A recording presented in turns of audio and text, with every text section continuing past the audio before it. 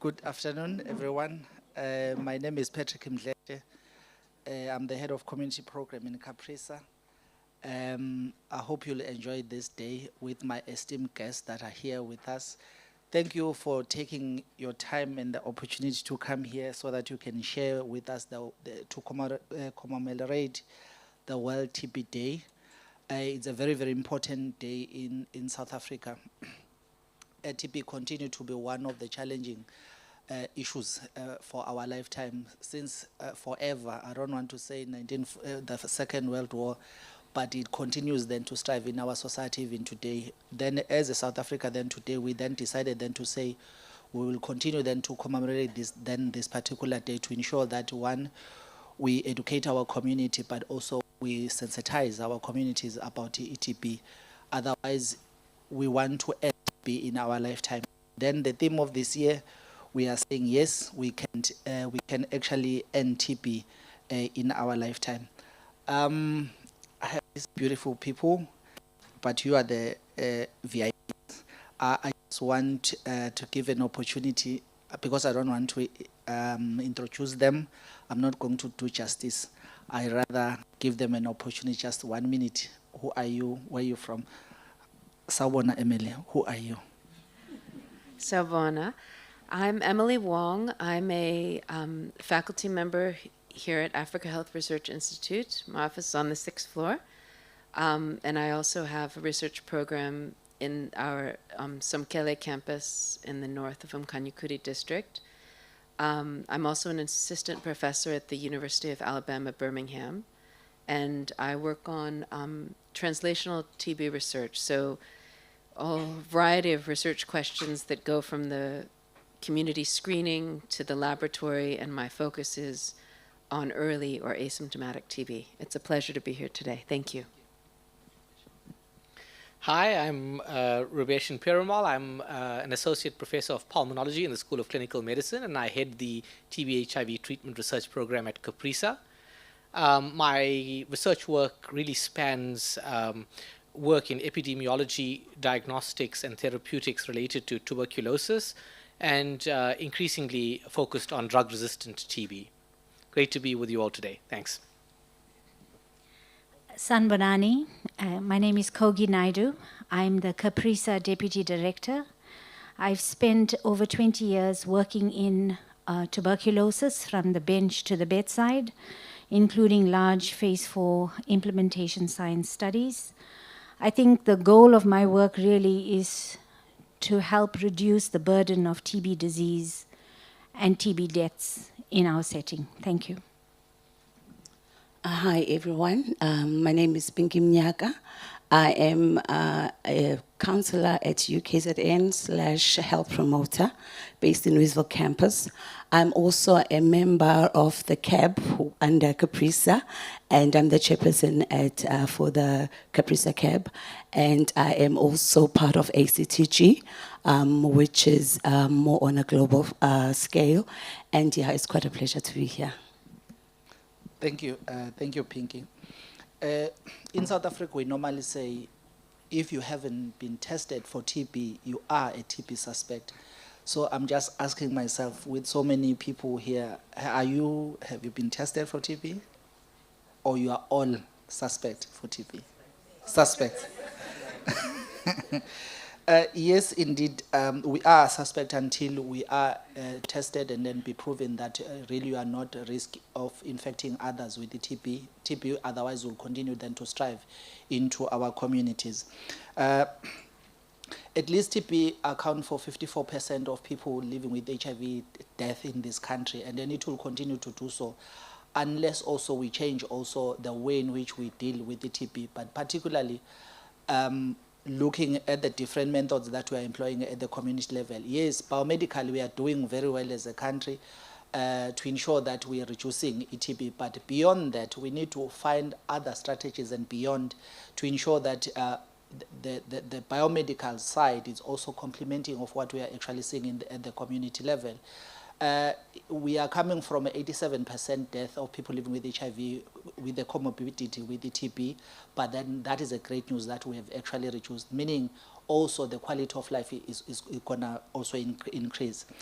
But beyond that, we can talk about TB as part of the issues that are actually affecting us, but there are other things, underlying issues that we are not talking about, particularly the issues of poverty, which in a way, directly or indirectly, that are actually force or undermine people not to adhere on their treatment. So poverty is also one of the underlying issues which make people to default. The issues of stigma, you'll hear a lot about these things today. Great things we have done in South Africa, part of that of reducing the MDR-TB from the 12 months or beyond than that, but to 6 months treatment regimens, which is very, very great, but still TB persists at our society on a daily basis. I don't want to talk a lot because I can talk. I want to come to Emily. Emily, in South Africa, TB control program aims at significantly reducing TB incident throughout intensifying screening and testing. Why do so many people continue to go undiagnosed in South Africa, and what is the research so far that has helped to identify where and who the missing people are in TB treatment program? Thank you. So the issue of undiagnosed TB in the community is really rising in awareness, and our collective sense of its importance is also increasing. So the research that's led to that, some of it has been published recently. The TB National Prevalence Survey, which was published a couple of years ago, and our own work that we conducted in the Vukuzazi study at ARI, both had very similar findings. And these findings have also actually been shown around the world. And what has been shown is that if you go out and you actually screen everybody for TB, as you were suggesting we could do here, what we actually find is more people who have the M. tuberculosis organism in their sputum don't have symptoms than do.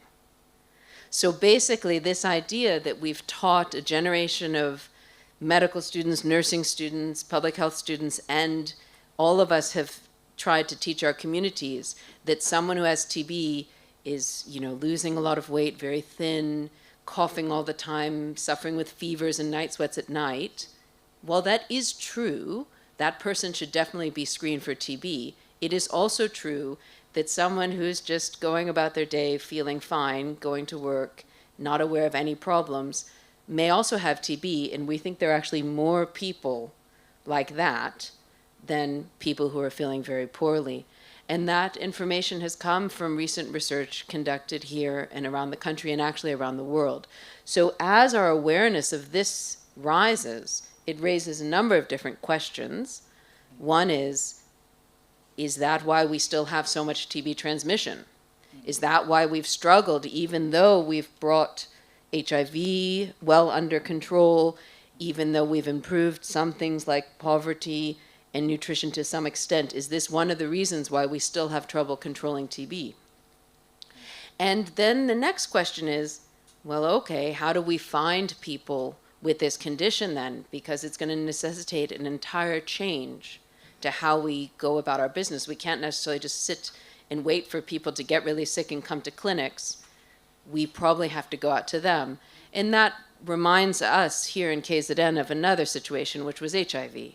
Back many years ago, for a while, we did sit and wait at clinics for people to get very sick and come to us. But a huge game changer was when we realized we had to do the other thing and go out into the communities. So it's a very exciting time actually for TB, because this is where we are. We're pushing away from potentially deadly, what I now call almost end-stage TB, where we let it go very long and let people get very sick, to wanting to get out and find people when they're really quite well, and probably their TB treatment will be less complicated and more successful. So that's something that we're so excited about, but it raises a ton of new questions, and we are very excited to get to answering those questions and getting tools out there to find the missing millions. Thank you. Please take notes and also jot down your questions. Then we'll have also a question session for yourself. Also, please allow me to welcome some of our guests, particularly from Sofia Medical University in Bulgaria, and also other comrades. Are they here already? Please, may you rise so that we can also note you. Rise and be seen. Just rise is fine. Yes, please, may you give them a round of applause. Thank you. Thank you. We also want to hear from you. How are you dealing with the issues of TB in Bulgaria? And also we have other esteemed guests amongst us from Hein University in Germany. Are they here already? Okay, they were actually technically delayed. Rubeshin, since 2015, we have halved the TB incident in South Africa, yet it remained as such as a substantial problem in the country. What do you think have been the major contributors or the major factors to the past success, and what do we need to do to get back to on track when it comes to eliminating TB in South Africa? Wow. So basically review the entire TB program and then design a new one.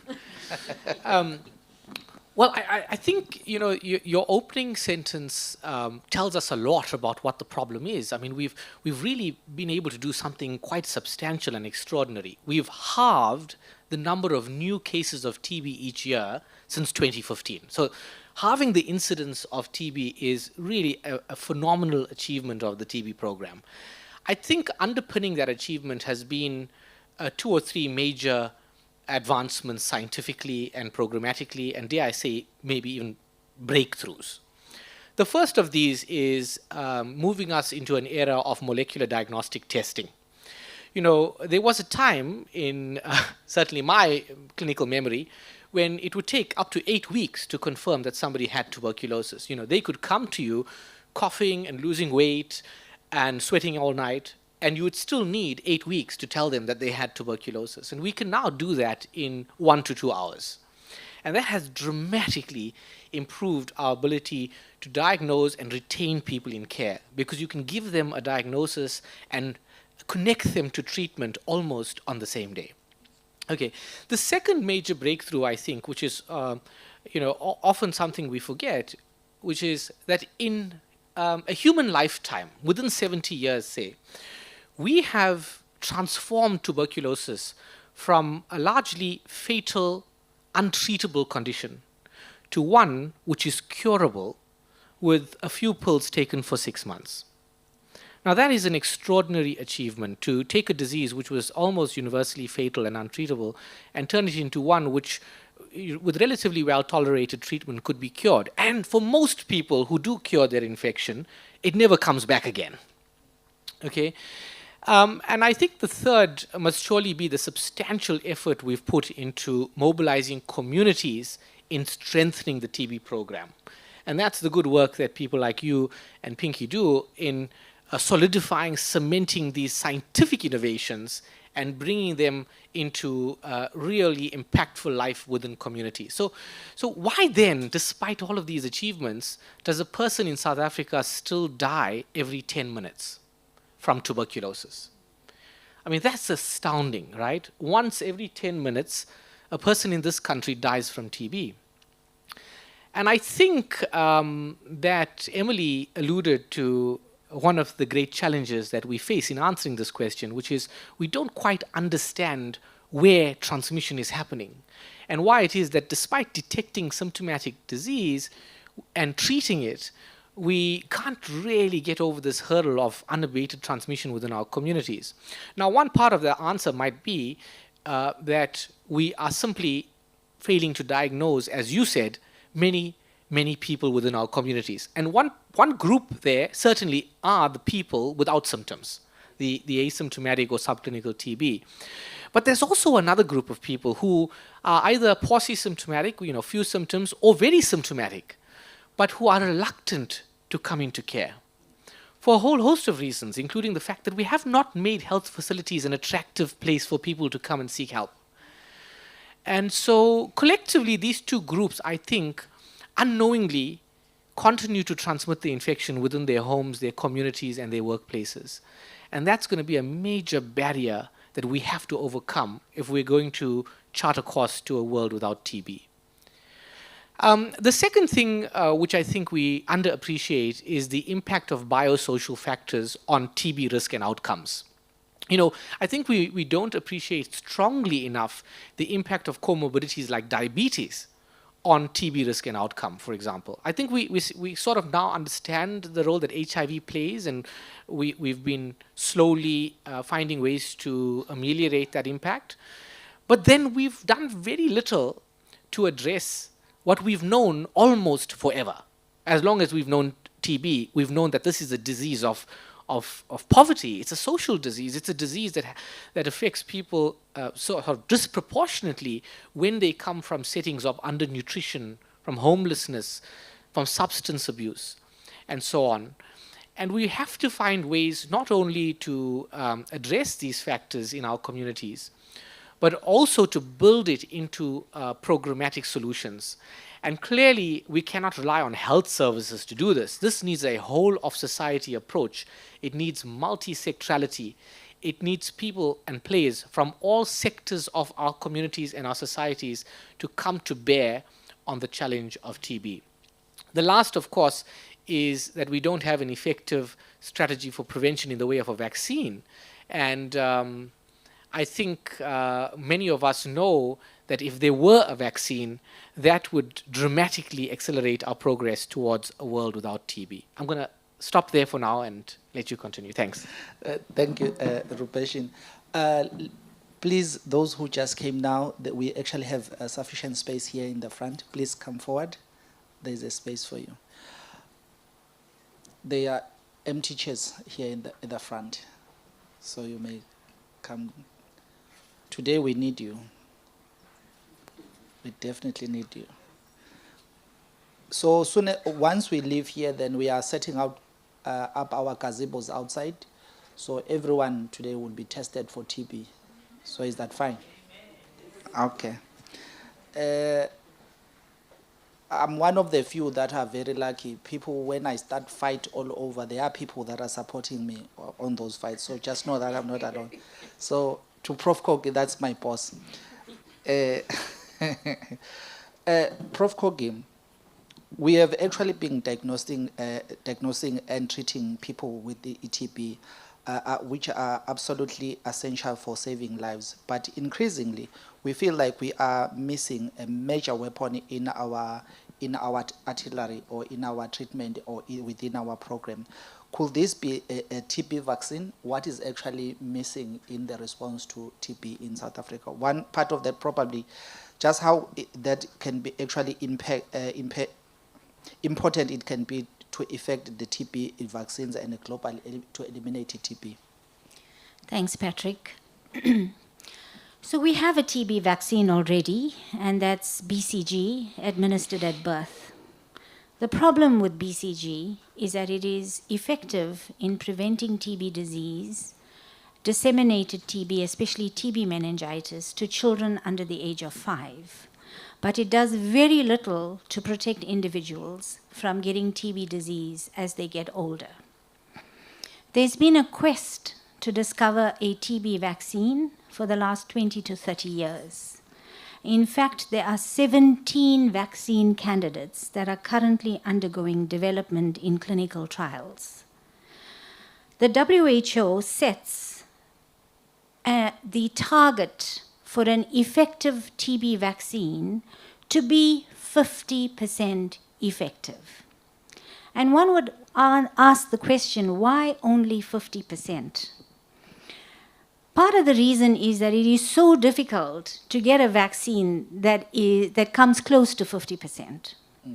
And in fact, if we do have a vaccine that is 50% effective, the data shows that between 2025 and 2050, a vaccine with 50% efficacy to prevent TB disease will avert up to 80 million new TB infections, 80 million new TB infections, and would avert between 4 and 8.5 million TB deaths over a 25-year period.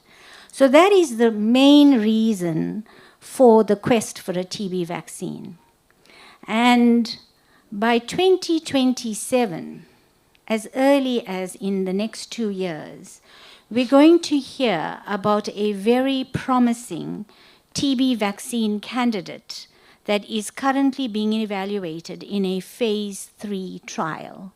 And that's a vaccine to prevent the progression of TB disease from latent TB infection in people living with HIV. The vaccine is funded, the trials are funded by the Gates Foundation and the Wellcome Trust, and is evaluating vaccine efficacy in 20,000 individuals in 6 sub-Saharan African countries. South Africa has contributed 16,000 of those participants. And it's called M72AS01E. It's a protein subunit vaccine. So if that is effective, that is going to be a game changer to prevent TB disease in people living with HIV. There's several other promising vaccine candidates, and I'm happy to take your questions around them later. But there's disruptive vaccine technology like the COVID vaccines using mRNA platforms by the same company that made the COVID vaccine, BioNTech, that also prevent TB disease. And then you have vaccines that prevent TB infection, like our BCG was intended to prevent infection, and there are other similar vaccines. And then lastly, there are vaccines that we use in diagnosed TB patients to accelerate their cure and to prevent recurrence and improve outcomes. So those are adjunctive vaccines, they're adjunctive to treatment to improve outcomes. So the 3 main areas of vaccines. Thank you. Thank you, Prof. I think some of these studies actually will have a great contribution into capping, not just to cap, but to end TB, probably in our lifetime. It's very, very possible. Pinky, we have actually done everything as a community. We've educated people with the TB, regarding TB, but still we're seeing people defaulting on treatment. What is it that is actually missing? What more that we need to do? Particularly looking at the university space, yes, there are very, very few cases, but in community in general, what is actually missing? Thanks. Thank you so much, Patrick. I believe that we have done quite a lot in terms of reducing TB.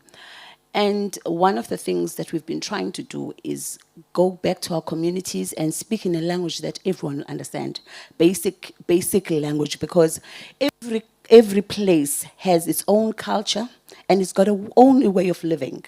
And sometimes people feel that science is a bit broad for them. We do not understand science. So how about we bring it back to a level where people actually understand?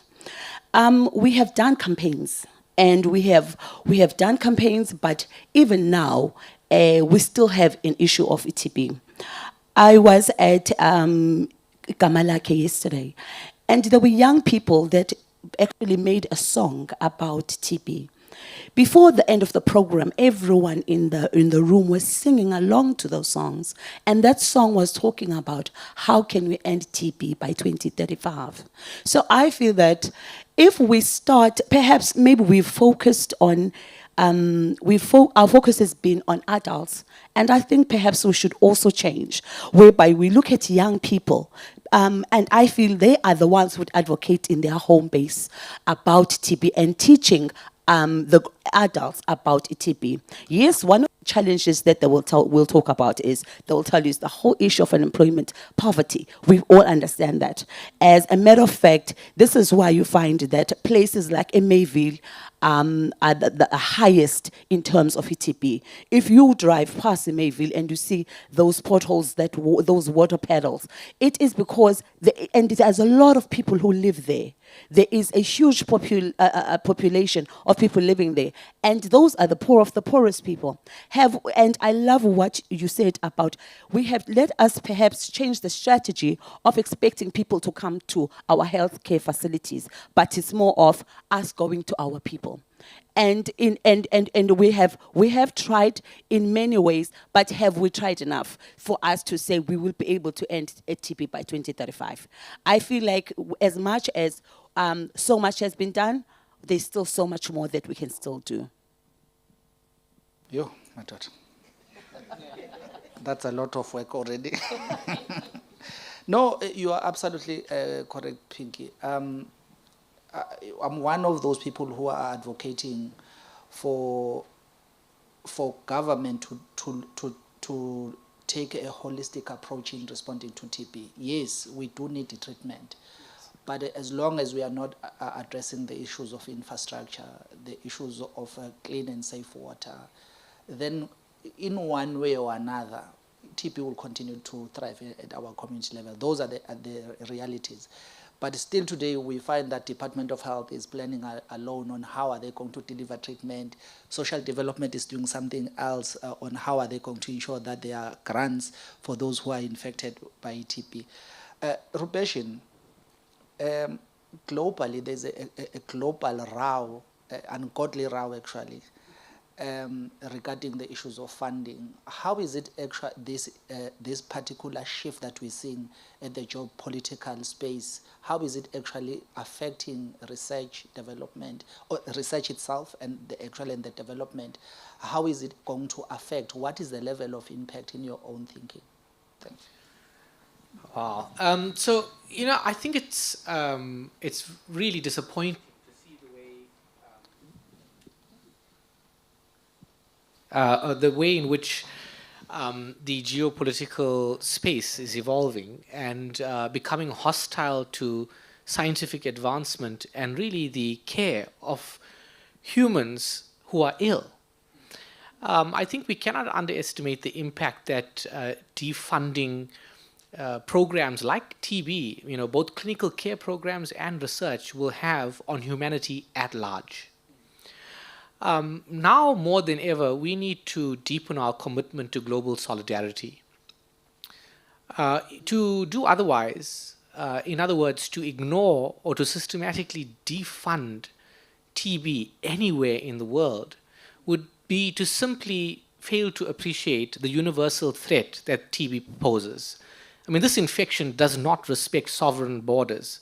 It does not respect regional economic blocs or geopolitical alliances.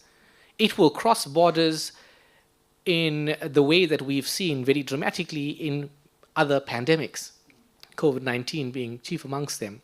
So I would say this, that, without fortifying global solidarity and unifying our efforts to eradicate TB everywhere, we will not be able to eliminate TB anywhere. And and I think the impacts are going to be dramatic. I'll leave it to better placed people on this podium to tell you what the direct effects might be and otherwise, but I am really hopeful that ultimately global solidarity will be the path out of the current crisis. Thanks. So, thank you, Rupeshin. Prof. Kogi, what can South Africa do in response to these funding challenges, and what are the lessons they actually teaching us for the future to control TB in South Africa, but including the research itself? What does this mean? So the first thing,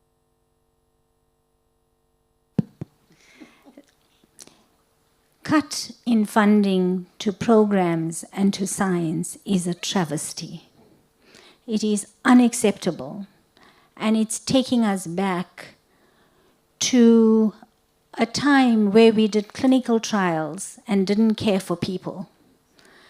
And it'll go down in the ethics and in history that will judge us very harshly.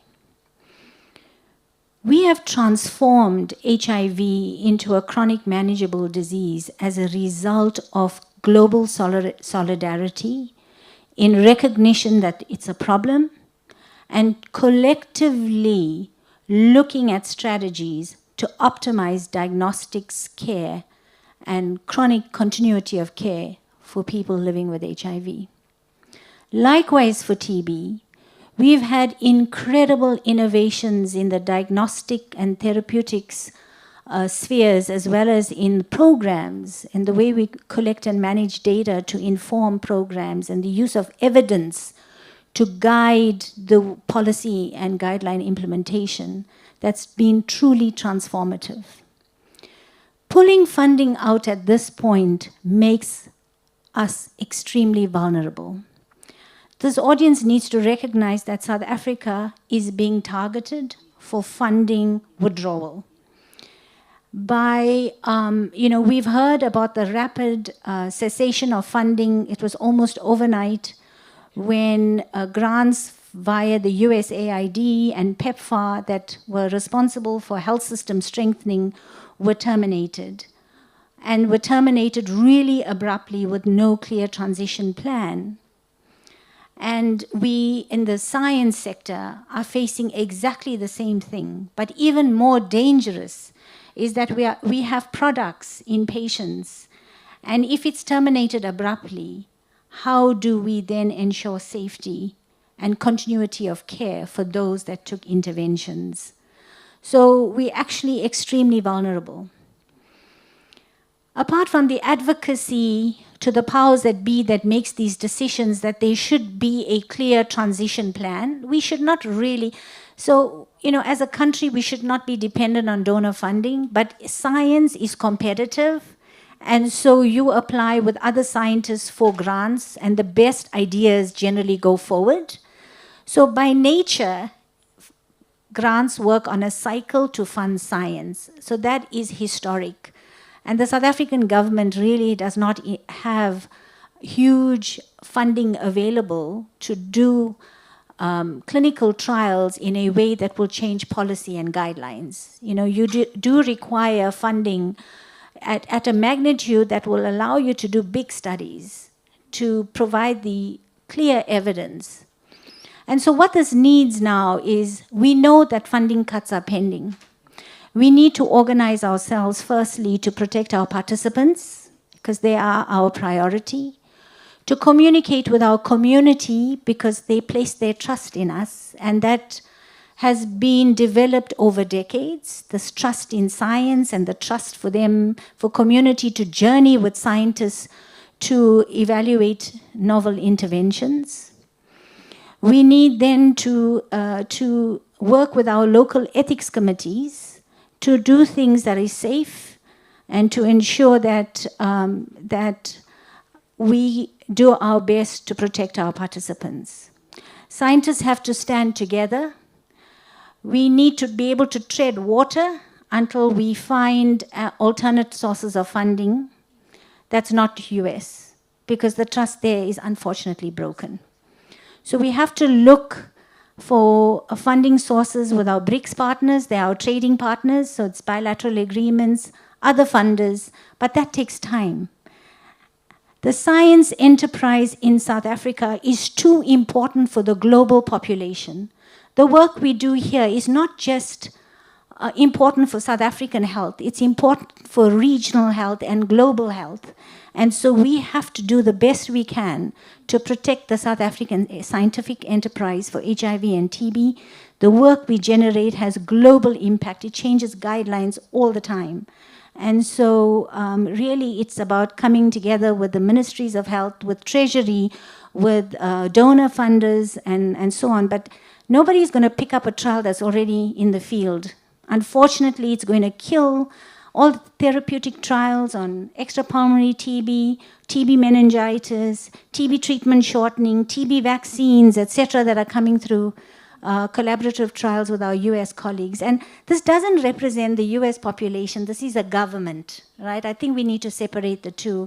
People still want to do good science, and so we're really going to need to come out of a hole and find a clear way forward. But I don't think it's going to happen overnight. I do think it will take time. Thanks. That was mouthful. You must also take it in with me. However, there's an argument, Prof, where people are saying probably this happened in the right time, but I beg to differ. Because this is science, these are people's lives. The effort that we put in to ensure that we are finding the solutions. But at the very same time, then there's a bigger question then to say, where is a private corporate in South Africa? Where they're fitting in the picture? We cannot just let all this be the burden for US government, Probably they are right, but they are wrong, we know. Emily, why is it that the science and research and programmatic experience in South Africa value the rest of the world and the external funded and the donor in particular? Yes. Thank you. So, I mean, I just want to acknowledge this is an incredibly painful time. You know, I don't want to divulge anything, but Kogi and I, we said we're going to leave our phones off this stage because we don't want to be distracted when we receive that painful email that tells us that our next grant was cut, and our next grant was cut. And now we have to figure out how the jobs of X number, you know, we spent the whole weekend staring at spreadsheets, trying to figure out how we're going to get the salary for the people who we work with, how we're going to be responsible for the participants in our studies. Yes. And I don't want to say it's more painful for me than for anyone else, but I'm in a bit of a strange situation as an American who moved here 20 years ago with my family as part of this project of United States and US solidarity to deal with and address scientifically and medically the HIV and TB epidemics. So many of us in this room have devoted our lives, our careers, all our best creativity, the trust of the communities that we work with, to the dream of a HIV and, more recently, for me at least, TB-free generation. Those were just dreams, but actually what's so very, very urgent right now is that the developments of the last several years have led those to be not just dreams, right? They say dream is like something without a date. I have a date in mind now. Last year, June 20th, 2024, I read a story that made me start to burst into tears. It was the Purpose 1 interim results, and it told us that for the first time, we had tools that would actually prevent the next generation from becoming HIV infected. The first time we had an efficacious intervention for young women. I have a 13-year-old daughter. She was born here. She and all her friends are on the cusp of their sexual lives, as much as I don't like to think about it. And we actually now have the tools to see that first HIV-free generation, and I've got a date in mind.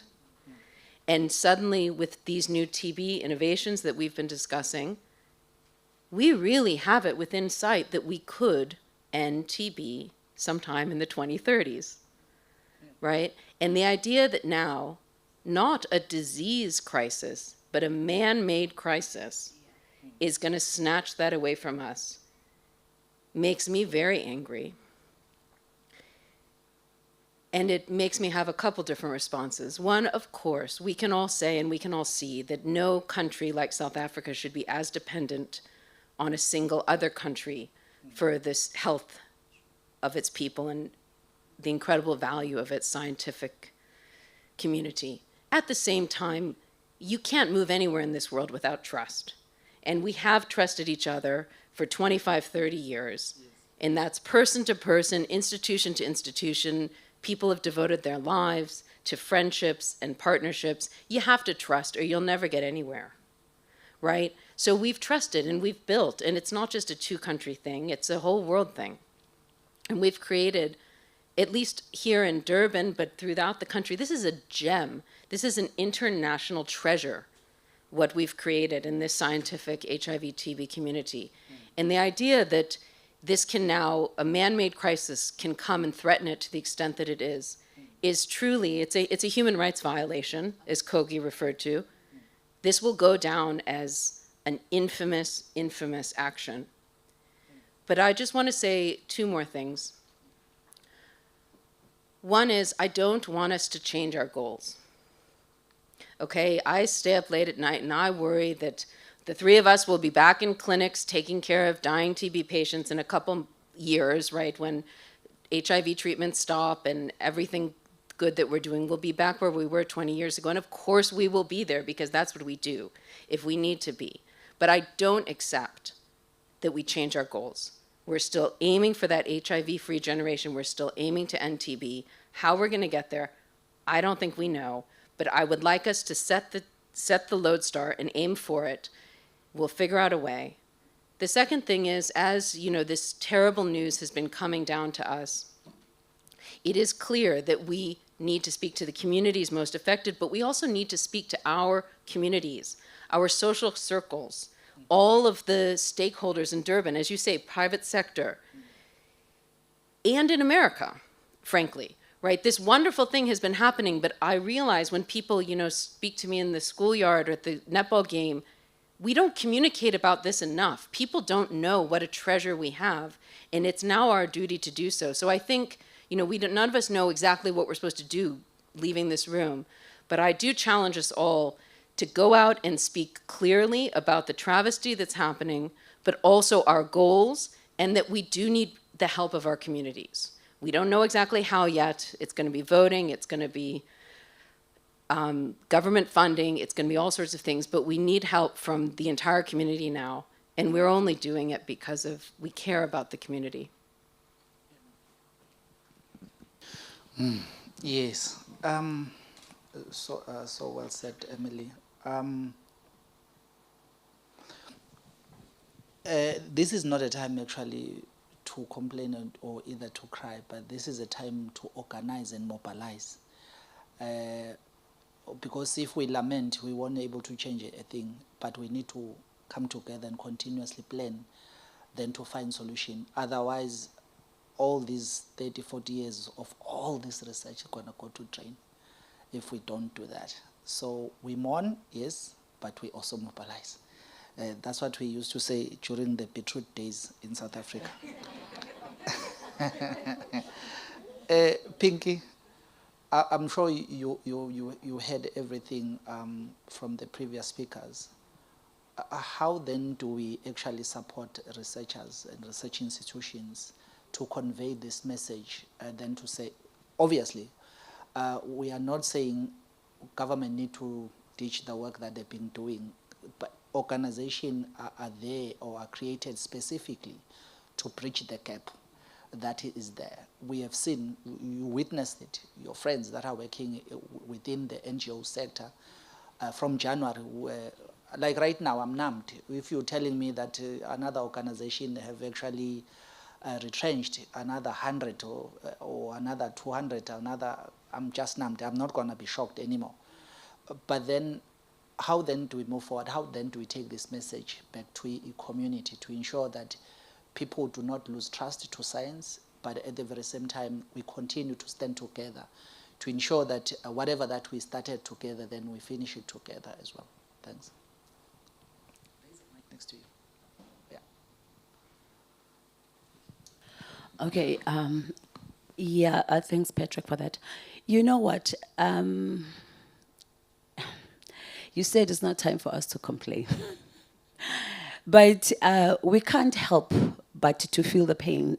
And as Prof. Kogi mentioned, that there were biometrics that were put into our participants, and then they had to be recalled back to say, this is the challenge. And how then do you go back to the very same people? Because it took a long time for people to get to where we are in terms of trust, you know, and they're now feeling comfortable with science to say, okay, we are going somewhere. Because firstly, the whole of issue of science, especially Black people, we didn't understand this. So now that we've gotten to understanding it, and then you call somebody, say, we need to take this out. The question is, what is wrong with the product? Now, it's not a matter of, oh, okay, no, there is no funding anymore, you see, because all this work that is being done, it's like the 35 years of work that you've done, even towards TB, towards HIV, it feels like we're going back. Yes, we're not going to complain, but it has affected us in a way that we understand it because we're on the ground, you know. And how are we going to get our people to gain trust? There's still a lot of work for us also. Uguti, when you talk to people at that level, Patrick, I feel like sometimes it's the messaging. How are we saying it? And how is it being received? Because if we say the message or we make people understand, I'll tell you something, especially, I'll make an example. At CAPRISA, whenever we are doing any study, and the researchers will come and give us the study, and you sit and you go back to the community. Before even goes out, the people actually already are excited to understand what's going to happen. When we're talking about HIV-free generation, everyone is excited about that. When we're talking about ending TB, yes, that is what people want. But now the issue of us not having the financial muscle to be able to be able to maintain this, and so that we can actually get to where we want. It is important. I think if our government were to look at where are we putting our resources, our private sectors, where is our money going? We spoke about the 350 Guti will come to an end. Once it comes to an end, where are those 350s going to go back to? Why don't we put money when it comes to health? Because health is wealth for any country. So I feel like, yeah, it's also about packaging the message. Health matters. Before, Patrick, we used to go out there and protest and say, we want this, we want ARVs, we want treatment. But we feel like we've done that. The time of Uguti, we go out there and protest, it's over. Right now, we need to act. Maybe we need to sit with decision makers to say, what are you bringing to the table? Because our people are dying. And if our people are dying, then what are we doing? So yeah, I think that is what we can do for now. Thank you. Thank you. In the month of Feb, we kept on pushing Enoch Godongwana, our finance minister, to ensure that they put more resources on health. Yes, it did, but as much as it's not even sufficient, 48 billion more from health budget. But we are not speaking about the fact that our infrastructure is terrible, the waiting time is just terrible, and so much more. Then when we asked him then now about this particular situation that we are in, then how, as South Africa, as a Minister of Finance, what is going to do about these things? And then he said, no, we're going to commission a company who's going to do the review. Like, really? Kidding me? To review all the impact and then see how can we actually bridge the gap, which I know that will come maybe in 6 years from now. Ladies and gentlemen, I don't want to leave you out of this particular conversation. I want to hear from you your questions or questions of clarity or either your own contribution into this. Just a minute will do. May I recognize the hands? I recognize Sazi and my brother here in the front. Sazi there at the back.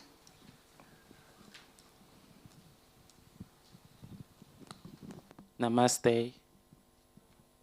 I have maybe few questions. The first one comes to, do we really believe that by 2035 we won't have TB?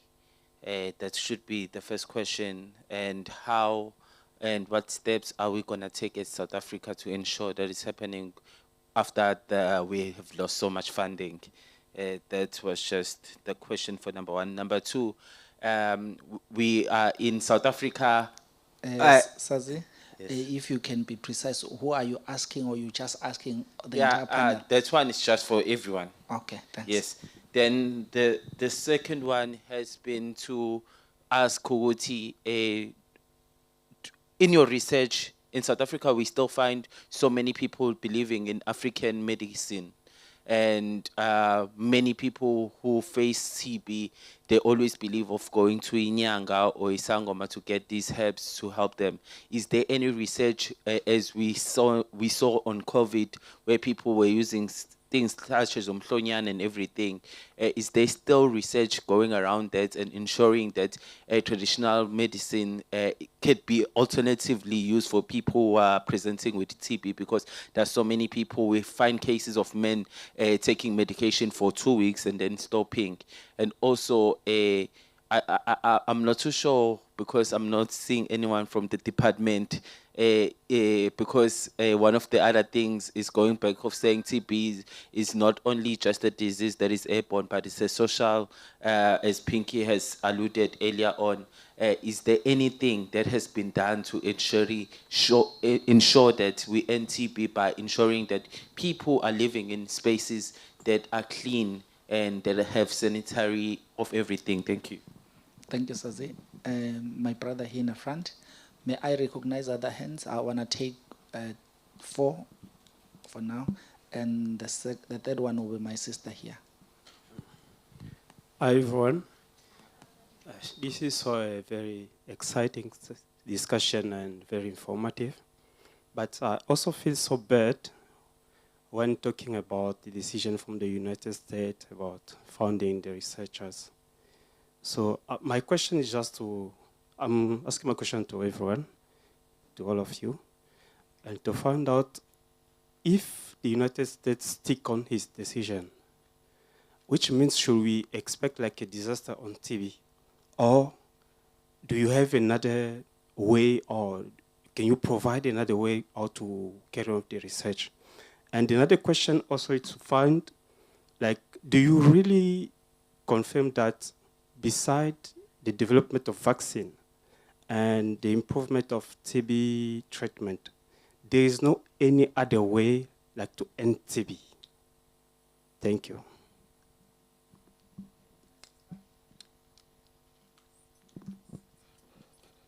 Hi everyone. Great discussions, high-level discussions. Thank you so much. My question goes to, sorry I forgot your name, but you're doing translational research. We're saying there's ongoing transmission. Besides all the achievements we've done with diagnostics and treatment, one of the recommendations by WHO is finding missing cases. I know if you go to these conferences, everyone preaches about that. Are there any programs that you guys are running in KZN in finding missing cases? I know there's one study in Pretoria by Prof. Bernard Fourie where he went to the Mamelodi community and swabbed the patient's throat with the swab, and he found significant positive cases. Are there any such programs here in KwaZulu-Natal in trying to end TB by 2035? Thank you. Thank you. The last hand. Okay, they are still thinking. May I give to my panel then? Okay, thanks. These are beautiful questions. Thank you. I'm going to put aside the funding issue for a second and just answer your question about how we might end TB by 2035, and I'll relate it to your question. So we do have programs all around KZN currently. Most of them are research, but also the Global Fund has funded the department to start doing more TB screening, both in clinics and in communities, to find TB, just like you're suggesting. And I think we should just talk about part of why this is now feasible is there are some very exciting new tools. When Rubeshan was saying, the molecular diagnostic revolution, I also want to speak about the digital chest X-ray and AI image analysis revolution, because I actually think that this is a new and terribly exciting tool that actually gives us a chance to try to end TB by 2035. So probably most people here have had a chest X-ray, hopefully recently, as part of TB screening. But as you know, you stand against like a board, and then there's a big machine behind you if you're doing it in the hospital or the clinic. But what's happened in recent years is they've managed to really miniaturize the hardware needed to do this. In some countries, not South Africa at the moment, but they've actually got it so small that it can fit in a backpack, so it can be carried out into communities.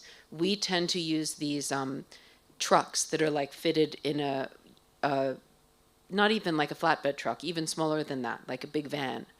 And that can produce a beautiful high-resolution image that now there's been tremendous progress in using AI to look at that image and try to see who looks like they may have kind of missing TB. And we're currently conducting studies around the province using those tools and also trying to combine it with some of those next generation diagnostic ideas. None of them are quite there that we know for sure they're ready to go, but they need testing, like the tongue swabs, like some of these high sensitivity urine tests. And we do have research planned and ongoing that's doing that all around KZN. And again, I think we need to be more clear and more verbal and more visible that people know that this is happening. Thanks. So I'm going to try to answer two questions of the series of incredible questions that came to us. The first is, what does the path to TB eradication by 2035 look like in practical terms? And the second question I'll try to answer is, are there scientific advances which we think might accelerate our progress there, even if the tools don't exist yet, or the understanding doesn't exist yet? So the first question, I think, can be summarized by reflecting on the discussion we've had today. These are the things we need to do to chart a path to a TB-free world by 2035. The first is we need to take the fight against TB into our communities.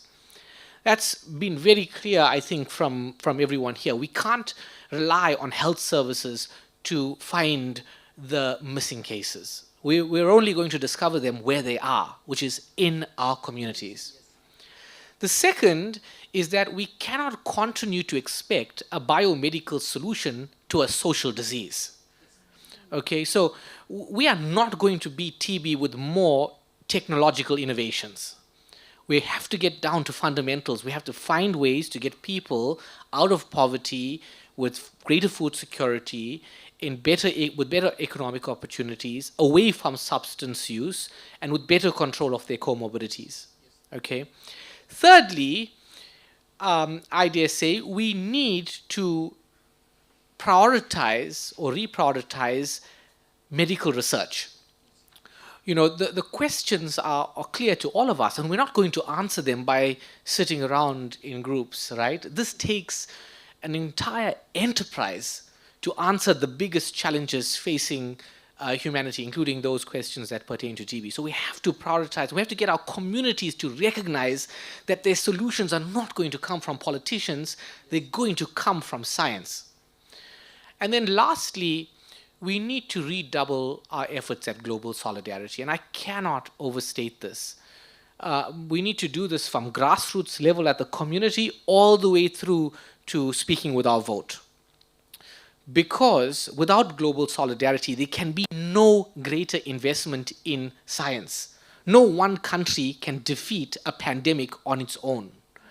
And to give you a sense of the scale of possibilities here, I want to say this. In the 5 years subsequent to 2018, when the first high-level meeting on TB was held, the world and all its major players committed $10 billion to fighting TB. Of the $10 billion that were pledged, only $5 billion of those US dollars actually came into the hands of programs and scientists and got used for the people it was intended to, people living with TB. So $5 billion. On the other hand, in the first year of the COVID-19 pandemic, $100 billion US dollars was mobilized for research into COVID-19. So it's not a problem of whether the money exists. It's a problem of how do we convince the people with it that this is the priority. Thanks. So I'm going to take the very specific question about what we require to eradicate TB, one, and two is, with the withdrawal of US federal funding, how does it impact programs and the scientific agenda? So, you know, we heard about all the important metrics, the innovations that are coming through, but I think fundamentally, if we do what we are currently doing with diagnosing and treating TB, we are not going to meet our 2035 targets. We certainly require more sensitive diagnostics as you've heard from Rubeshan, diagnostics, and Emily, that could be self-administered, that will tell people to go forward and have a standardized test at a clinic that goes to a laboratory. We require diagnostics that are able to pick up TB even in somebody who is not coughing and has no symptoms. Our current program of universal testing in high-risk groups has been extremely successful in identifying about 20% more TB than we did in the past. So it's not just universal screening, but universal testing in people living with HIV, people with previous TB, household contacts, and so on. We need better strategies for TB prevention. And vaccines is way up there as the #1 strategy to prevent more TB, because you can only eradicate TB if you turn off the tap. And you turn off the tap by having an effective vaccine that first prevents TB infection, and then secondly is effective in preventing progression to TB disease. And that is certainly a goal that can only be realized through collective research inputs and global solidarity, given the high dollar cost to doing vaccine research. We do have excellent therapeutic strategies now for preventing TB. We can give patients a course of treatment for 1 month of 2 drugs called isoniazid and rifapentine, and that can prevent TB disease for up to 3 years. So we already have effective therapeutic strategies that are short. We can do this for 3 months, or we can do what our government currently advocates, which is the isoniazid only for 12 months for high-risk groups. So we need to do more to prevent TB. And given that South Africa is a high TB burden setting, we don't put enough patients on TB preventive therapy. And partly because we don't do enough screening, so we can't confidently say we've excluded TB. So with that is more TB screening. We need to know more about who's transmitting TB in the community and have very targeted methods to identify the transmitters so we can stop transmission, and we don't know enough. And that science will definitely be impacted with the withdrawal of funding. So for us to eradicate TB by 2035, more sensitive diagnostics, taking diagnostics to the person in the community or into the community itself, better prevention strategies. The withdrawal of funding will just delay us. It's going to delay us. We've been stuck with a 6-month short course treatment for drug-sensitive TB for about 30 to 40 years. We will continue with that. It's effective, but it takes 6 months. We actually want to be able to treat TB in 16 weeks or shorter. That's the goal. Reduce the burden to improve treatment completion rates. Right? So though that would be delayed, finding a vaccine would be delayed. So we would be delayed because you require a global collective effort. We are very lucky in South Africa in that our program, the National TB Control Program and our HIV program, we procure our own drugs, and the program pays for staff to deliver care and treatment. And we have a very sophisticated diagnostic service that supports the program. But what will go is the technical assistance, and the data systems like EDR Web is supported with donor funding. That's the system that supports a drug-resistant TB program. Tier.net would be threatened because it's also a run, and Tier.net collects both HIV and TB program data, and that's the support is donor funding. So, and of course, all the research activities that are currently underway. I'll stop there, thanks. Thank you. Pinky, there's a last question, which I think it also came from Sazi, regarding the traditional healers and the research that we have seen before, whether is anything that we are doing regarding TB and the traditional medicine. Okay. You see, that has always been an issue, even way back, because even when it came to HIV, that there are still people who believe that traditional healers are able to treat whether HIV or TB. You know, we work very closely with traditional healers because they're part of the community, and one way of also getting them to understand that what the importance of people actually receiving treatment, as much as there are those things like umhlonyana, as Usazi mentioned, and they believe that it helps, but we cannot take away in medical the aspect of it. So we've been trying to let people, one, we still have the issue of males don't even want to come to the clinics. Now, it's easier for them to go to Isangoma than go to the clinic. But at the same time, we need to correct these behaviors because it has been going on for quite a long time. And we have been trying to send that message, Uguti, let us work together with traditional healers, and also just to foster that relationship, to say we need each other in trying to end TB and the stigma. Okay, now I'll give it Emily. Oh, yes, let me give Emily before I speak. Sorry, Patrick. I just want to say a word on the traditional healer question.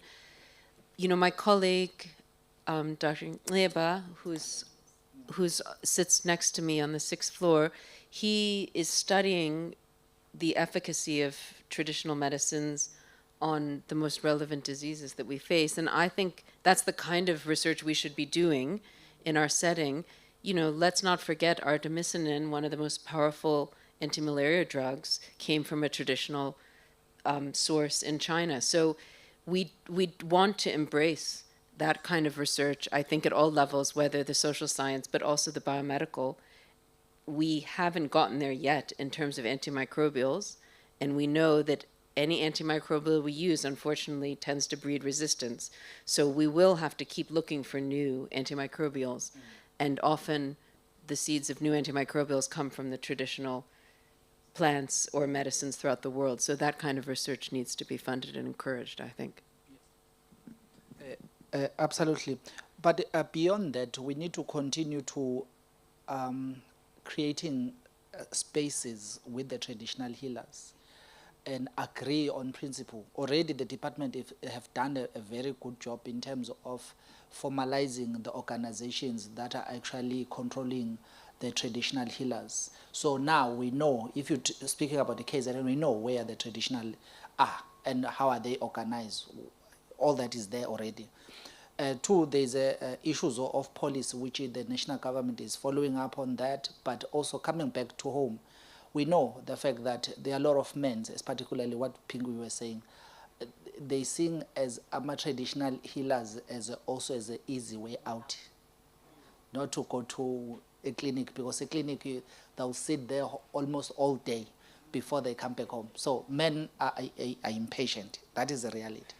So therefore, traditional healers are partly being workshopped, are being trained, then to understand the basic science of what does this thing mean in terms of the human,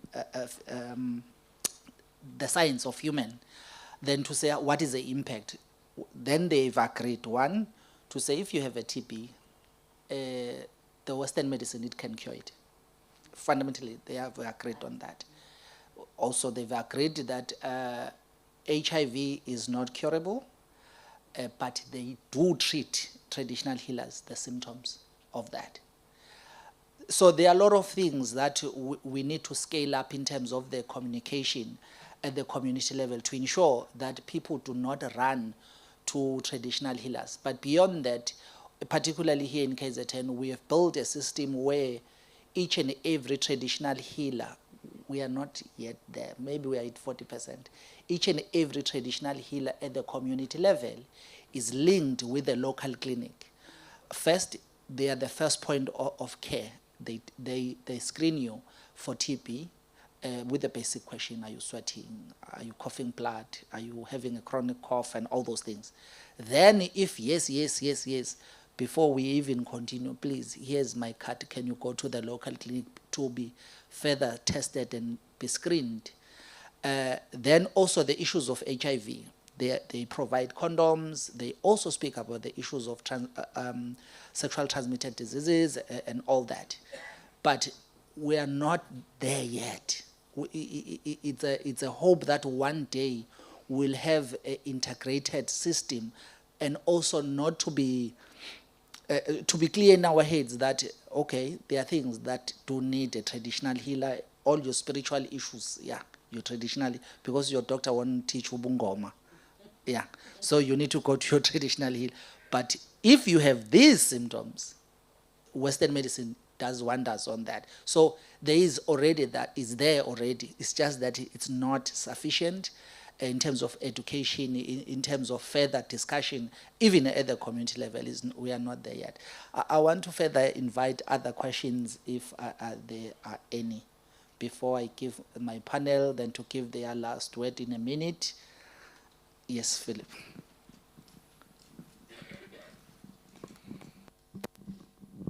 Thanks very much. So I'm going to challenge you all, as you'd probably expect me to do, because there's been a bit of a conflict in some of the answers that that we talk about scientific solutions and solutions coming from science, but all of you at one stage in one of your answers have talked about how TB is a social disease and that we're dealing with the problem and not the root causes of the problem. So are we being too generous on politicians? Because Rubeshan, in an answer, you said we need to teach community that politicians are not the answer or don't have the solutions. But the reality is politicians do have the solutions. It requires political change to value human life and to value the life of all their citizens across countries with high TB burden. So are we letting politicians off the hook by accepting the status quo? Of course, we as scientists are looking for scientific solutions, and that will continue, but do we not have to demand political change? And I know how you all feel about that, but just what is our role as scientists, as advocates? What is all our role as a university community in demanding political change on this?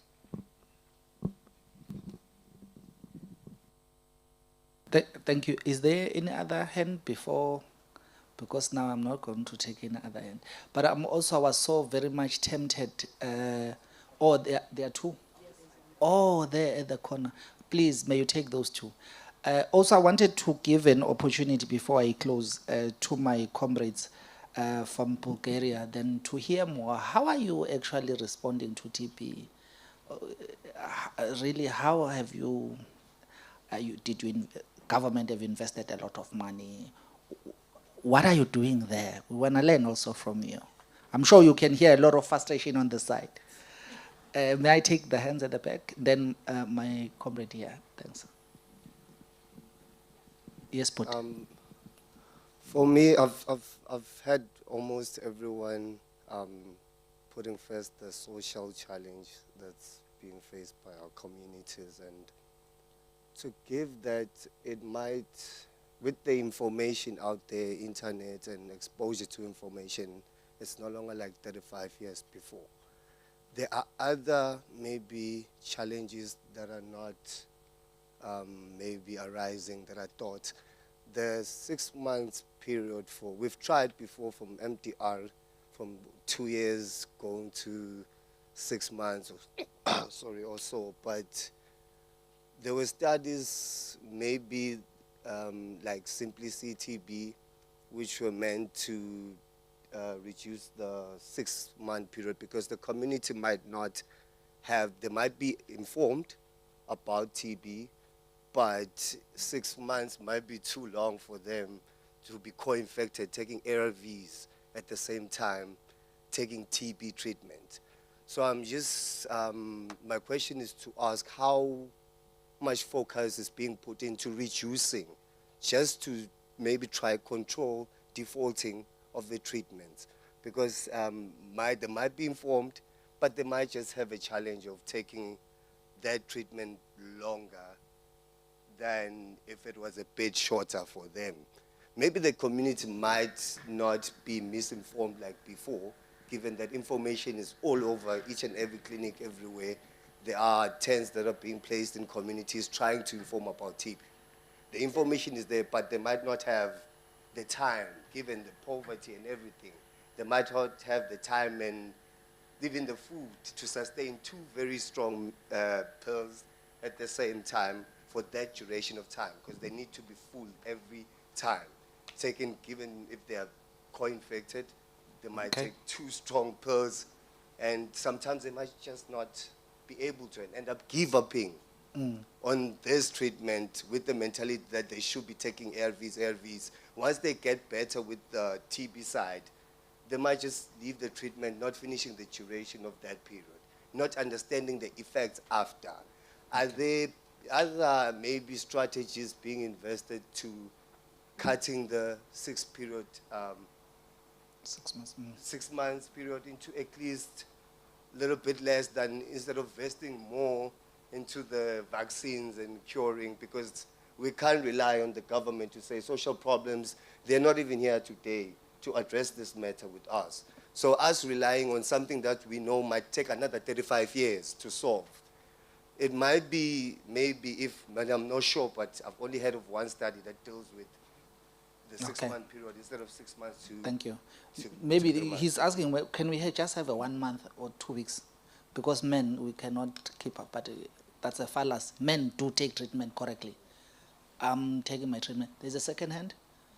Sazi, just one question, please. All right. My one question now would be saying, there are other countries that we are known of that they have less numbers of TB in them. Is there any research that has been done of seeing what was the ideal things that they were doing there that made their numbers very low?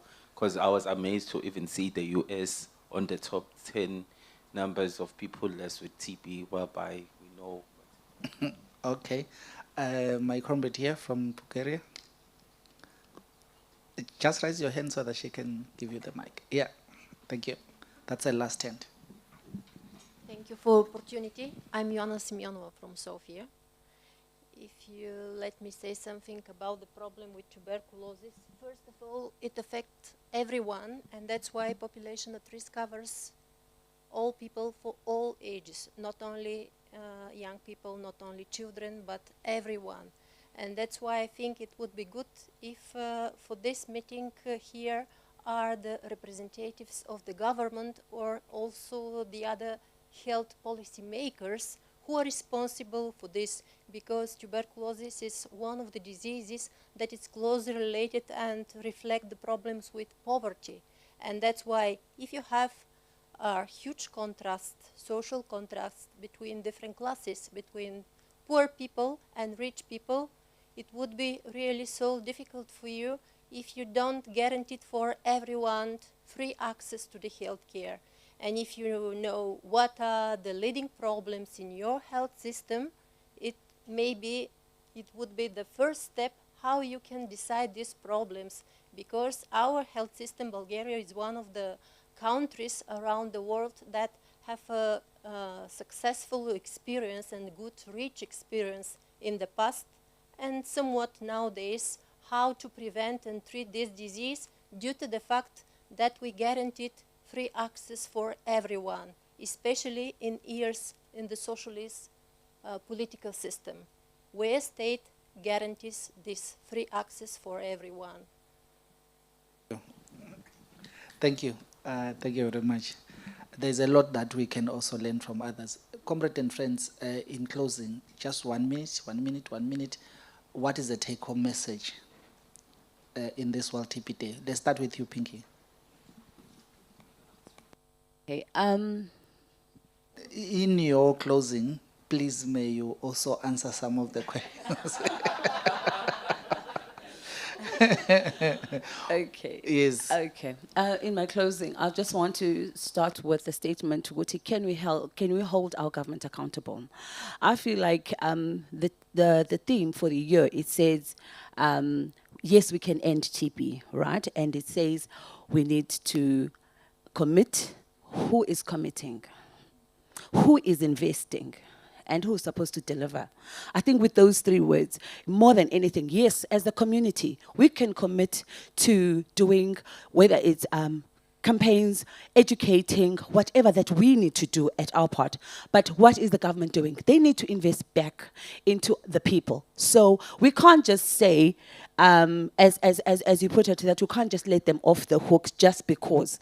But they also have a responsibility to play. So therefore, my last word is, yes, let us have these conversations, and the right people must be held accountable for us to actually end the TB by the 2035, as we had said. Thank you.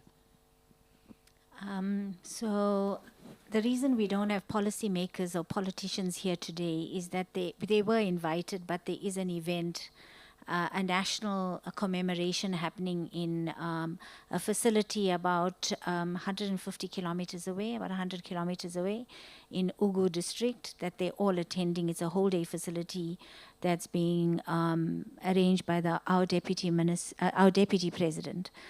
So that's the reason for their absence today. Yes, Richard, you are right. TB is a disease of poverty. It's a disease of unhomed. It's a disease of those that don't have access to food. It's a disease of those that have substance use and alcohol use disorders. Part of the issue is that biomedical solutions can only take us thus far. There has to be more social mobilization demanding better housing, a Department of Social Development being involved in making sure that everyone has food. For our TB patients today, we struggle to get them a food parcel even though we know they have no food. We have to go to the ward counselor. A politician makes a decision, not a social worker, as to whether or not a patient gets a food parcel. That is absolutely ridiculous. It's like, I give you food in exchange for your vote. It shouldn't be that way. We need to recognize that the TB is the end symptom of an entire social construct that's failing. And to come back to the answer to the question that Sazi has, what was the solution in the US and the UK? They gave people employment and better housing. That was the solution. And we know the answer, but we're not getting anywhere near it. And so all we can do as scientists is go towards biomedical interventions in the hope that it will overcome everything else, which is not good enough. The slogan is, yes, we can end TB, which means the we means each of us have a collective responsibility. And I think we all need to reflect on, so what are we doing about this? How can we get involved? And where can we lend our effort and our energy in the fight against TB? Thanks. Thank you. Rupeshin, don't forget his question as well. Oh, right. Okay. So, briefly to Richard first, I mean, you're spot on.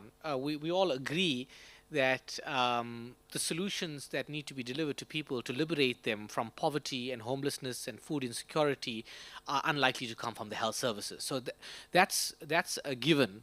I think what I was trying to express is that we should try to divorce politics from care. In other words, people shouldn't think that their vote is being used as the currency for earning care, and that's, I think, where the disjunction should be.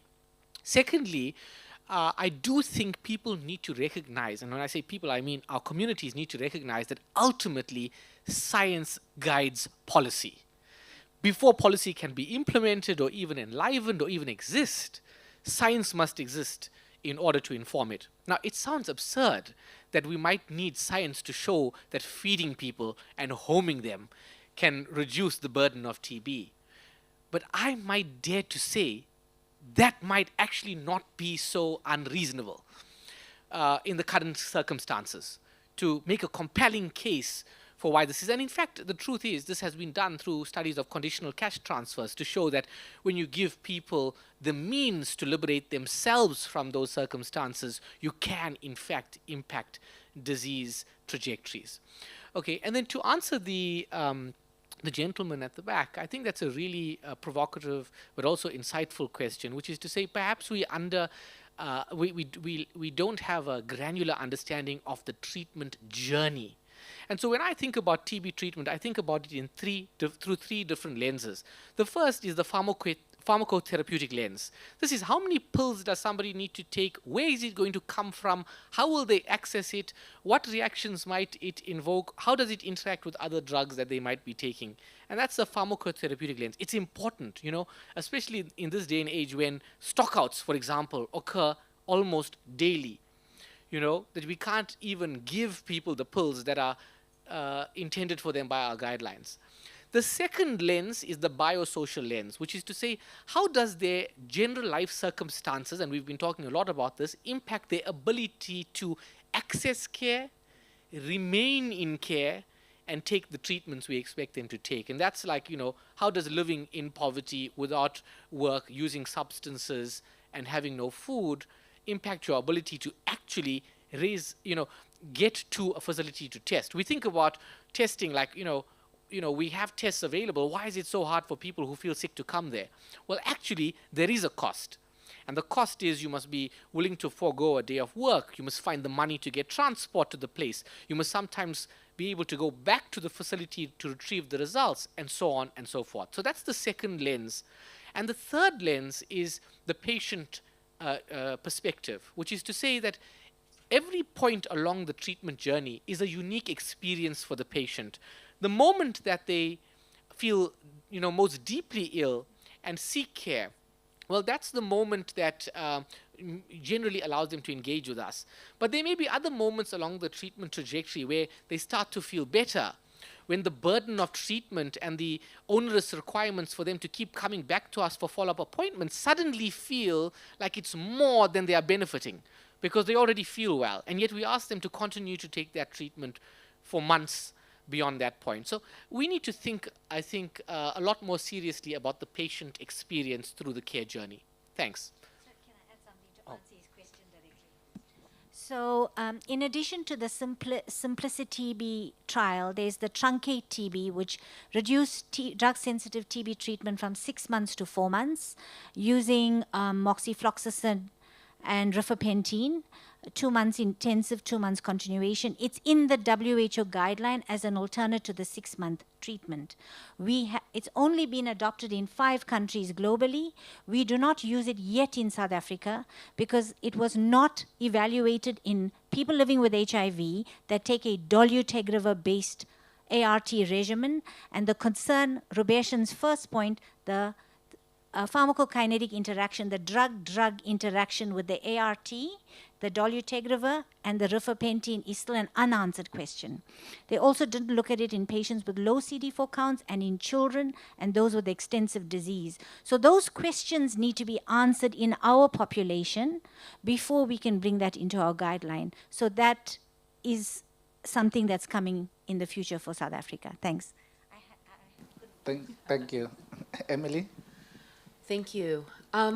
So I echo my colleagues' words, and I won't repeat them. But I want to add something. What also helped to take Europe and the UK and the US from higher burden TB populations to low burden TB was the deployment of, in coordination with the raising of living standards, the deployment of key biomedical discoveries.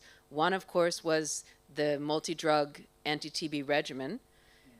But actually, I was doing some research and saw that in the UK, they use these great old Red Cross chest x-ray machines. They had just developed the ability to do these small chest x-rays, and they ran them around high incidence areas, and they took little mini chest x-rays, and they used that to target further diagnostics and treatment.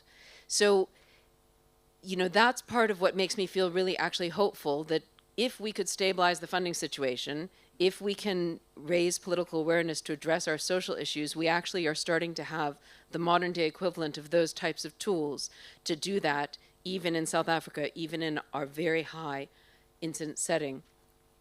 But to conclude today, I'd like to thank you all, because I'm leaving here with just an iota of more hope than I came into the room.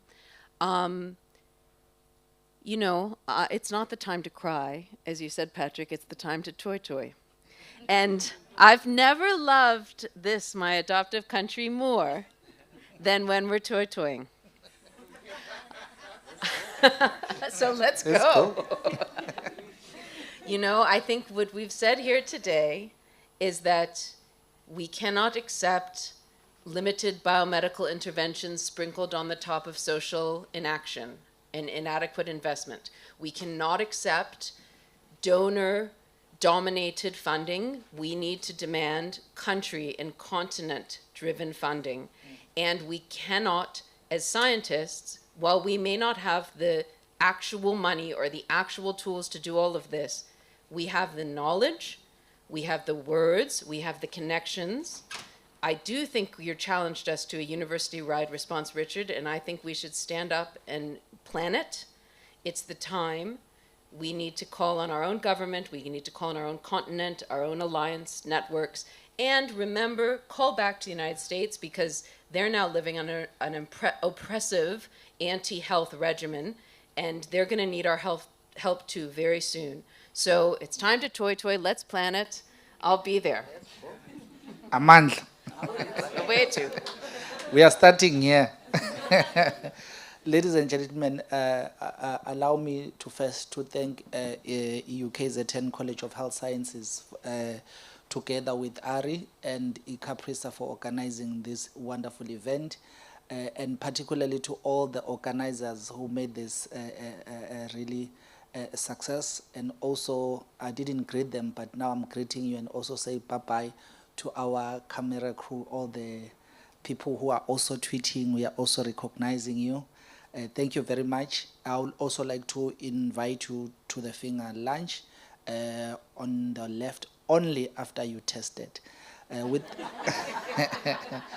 with the powers invested in me, I declare this session closed. Thank you very much.